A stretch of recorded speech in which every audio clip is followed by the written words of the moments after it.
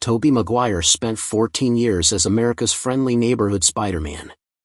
But when he came back to Hollywood in 2022, people barely recognized him. His skin looked pale, his teeth were yellow, and his eyes were sunken. He wasn't playing a hero anymore, he was playing a drug-addicted crime boss with alligators in his basement. This wasn't just acting. Tobey produced the movie himself and based the character partly on his own life. Around the same time, he was seen dating a 20-year-old model, getting compared to his old friend Leonardo DiCaprio, and quietly building a production company worth millions. The sweet, shy kid from Spider-Man had completely changed. Tobey was born on June 27, 1975, in Santa Monica, California. His mother, Wendy Brown, was a teenage secretary, and his father, Vincent Maguire, was a 20-year-old cook and construction worker. They got married after Tobey was born, but divorced when he was just 3. His childhood was rough and unstable. He and his mom sometimes stayed with relatives or in shelters, living off food stamps and neighbor donations. At 18, things got worse. His father robbed a bank across the street from their home. Before acting, Tobey wanted to be a chef like his dad. But his mother convinced him to try drama by bribing him with $100 to take an acting class instead of cooking. That small decision changed his entire life. At that time, he was already struggling with anxiety.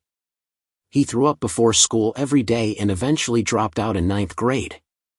He never went back, focusing fully on acting while quietly battling alcohol and drug issues. Growing up in Santa Monica meant being close to Hollywood but never part of it. His mom tried to act, his dad worked odd jobs, and they barely got by. Tobey auditioned for commercials and bit parts, sleeping on couches and depending on charity. His goal wasn't fame, it was money. At 17, he landed the lead in a short-lived Fox show called Great Scott. It aired only 6 episodes before being canceled. After that failure, he was back to square one, doing tiny roles and trying to keep his struggling family afloat. He had no agent at first and walked into every audition on his own. One casting director even told him he looked too sad for a dog food commercial. During this time, he met Leonardo DiCaprio. They were both broke teens, often competing for the same roles. Leo usually got the lead while Tobey was left behind. That happened in Parenthood, 1990, and This Boy's Life, 1993. But Leo helped him get a small part in This Boy's Life, which became Tobey's first real movie credit. His big turning point came with Pleasantville in 1998, where he played a modern teen pulled into a black and white 1950s world. The film showed his emotional range and proved he could carry a movie. But before that success, he had already earned a reputation for being difficult. On the set of Empire Records, 1995, he had a breakdown, locked himself in a basement, and quit the film. His name stayed in the credits, but his scenes were cut. Then came Spider-Man. In 2001, Tobey fought hard for the role. He wasn't built like a superhero, so he trained for 6 months, gained 25 pounds of muscle, and impressed director Sam Raimi. Sony offered him $4 million, half of what DiCaprio would have made, and he accepted. The movie became a massive hit, but it nearly destroyed his body. He spent hours hanging in heavy harnesses, got bruised, suffered back spasms, and even fell 15 feet during a stunt. When it came time for Spider-Man 2, he tried to renegotiate his contract, claiming back problems.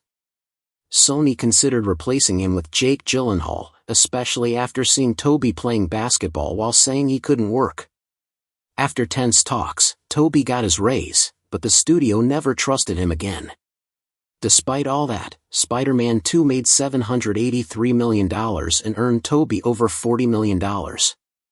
But he was exhausted, battling insomnia and stress.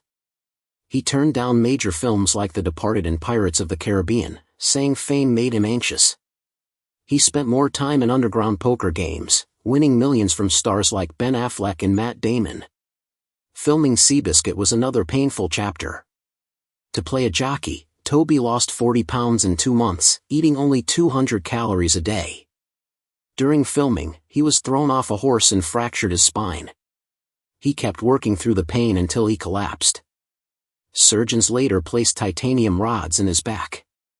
That injury haunted him for years and caused constant problems during the Spider-Man movies. When Sony discovered his condition, they prepared to replace him with Jake Gyllenhaal again and even filed an insurance claim saying Tobey was permanently disabled. When he found out, he threatened to sue. Sony backed down, and he stayed in the role. By Spider-Man 3, he was earning $17.5 million plus 4% of the profits, around $32 million total. But the movie's production was chaotic. Director Sam Raimi wanted one villain, while the studio forced him to add more for toy sales. Tobey sided with the studio, and Raimi never forgave him. The infamous emo dance scene was Raimi's revenge, made intentionally awkward. On set, Tobey stayed in character as Dark Peter Parker, acting rude to cast members. He slapped dancers during one scene, insulted crew members, and even made co-star Kirsten Dunst cry. The stress took a toll. He ended the trilogy with multiple spinal fractures, torn shoulder muscles, and nerve damage. By 33, he was physically done with action roles and checked into rehab in Switzerland. When Spider-Man 4 fell apart in 2009, Tobey didn't fight to keep it going. He turned down a $50 million deal and walked away from the franchise, saying he was burnt out. Instead, he focused on producing films and making money through poker. His secret poker games in Beverly Hills became legendary, with buy-ins of $1 million and pots reaching $2 million.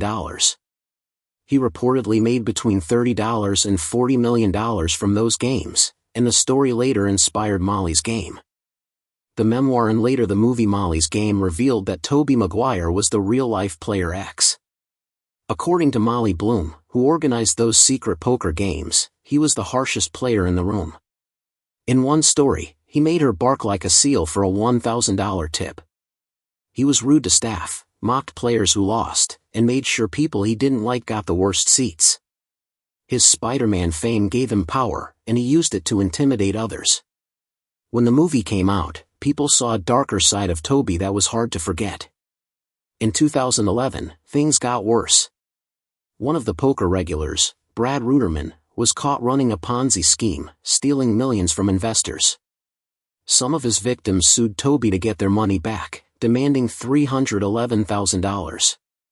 Tobey quietly settled for $80,000 without admitting guilt, but the lawsuit exposed a network of high-stakes poker games, illegal money transfers, and secret operations in luxury hotels.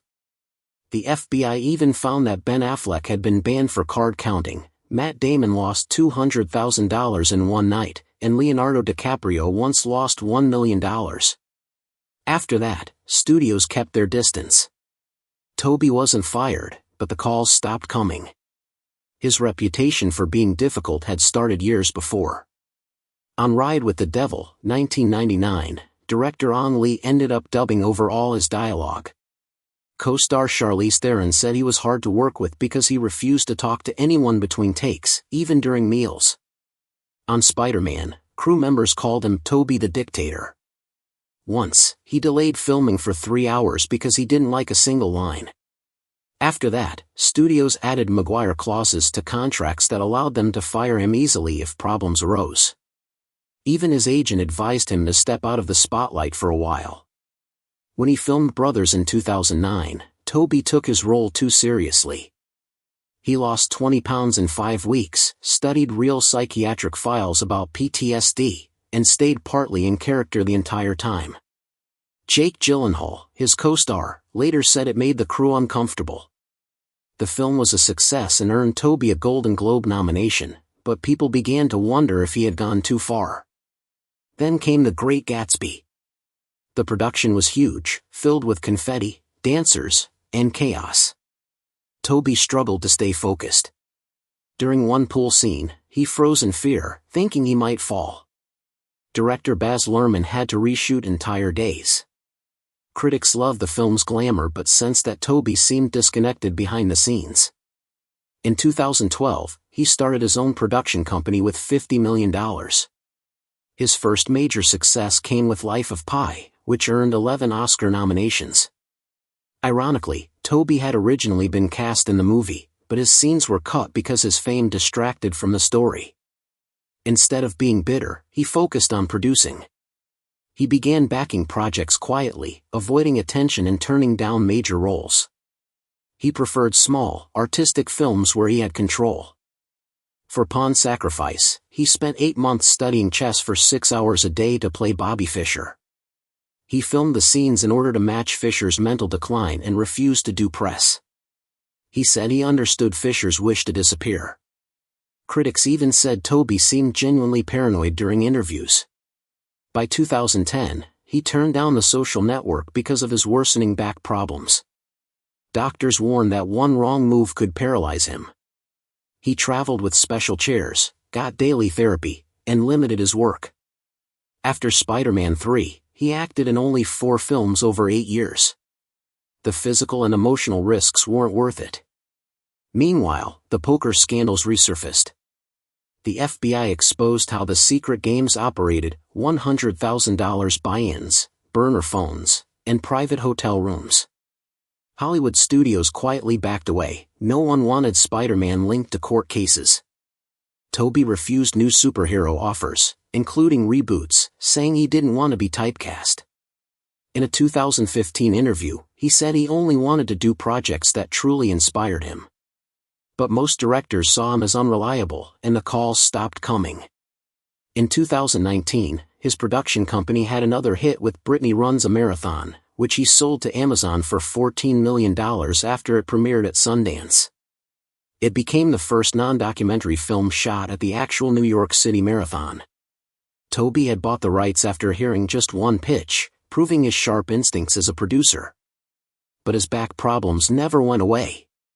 Back in 2003, during Spider-Man 2 prep, he arrived with a neurosurgeon and told Sony he might never walk again.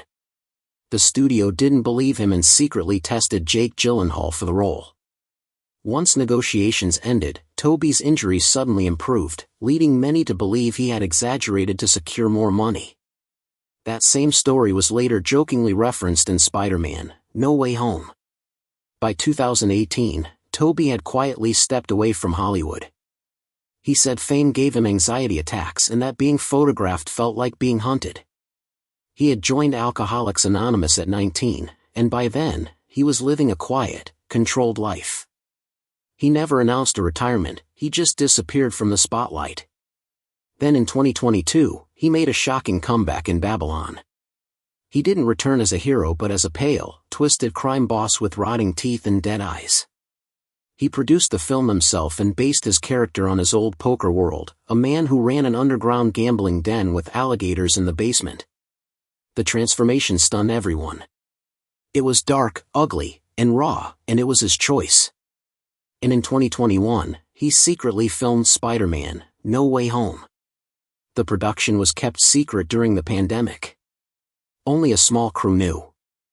When Tobey stepped back into the suit after 14 years, it wasn't just fan service, it was emotional closure for him and the fans.